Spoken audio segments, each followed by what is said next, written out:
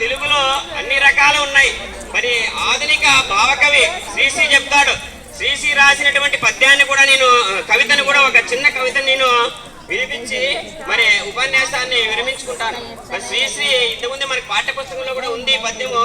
ఒకసారి నాకు తెలిసినటువంటి రీతిలో నేను మీకు ఆ కవితను వినిపిస్తాను.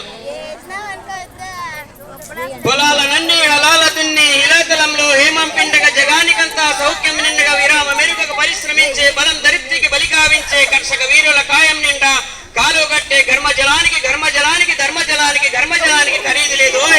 నరాల బిగువు కరాల సత్తు వరాల వర్షం కురిపించాలని ప్రపంచ భాగ్యం వర్ధిల్లాలని గనిలో ఒనిలో కార్ఖానాలో పరిక్రమిస్తూ ధనిక స్వామ్యం దాసం చేసే యంత్రభూతముల కోరలతో మీ కార్మిక వీరుల కలకం నిండా కలకనమంటే కలగల తనికే విలాపాగ్నులకు విషారాశులు ఖరీదు కట్టే షరాబులేడు.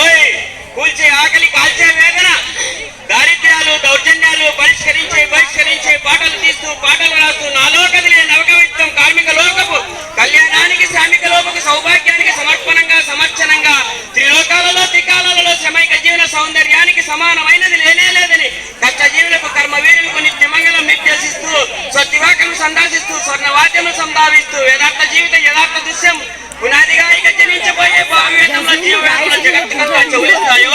కమ్మరి కొలిమి గుమ్మరి చక్రం చాలేని పక్కం చాలేని పక్కం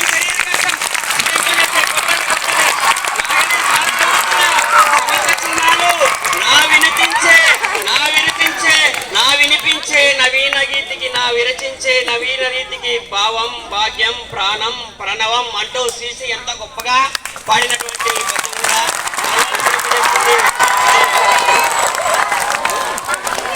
మరి ఇటువంటి తెలుగు భాషని మనము మరిస్తే నిజంగా మన తల్లిని దూరం చేసుకున్నట్టే.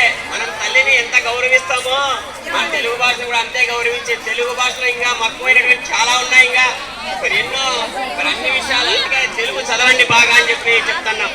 మరి ఈనాటి ఈ అవకాశాన్ని ఇచ్చినటువంటి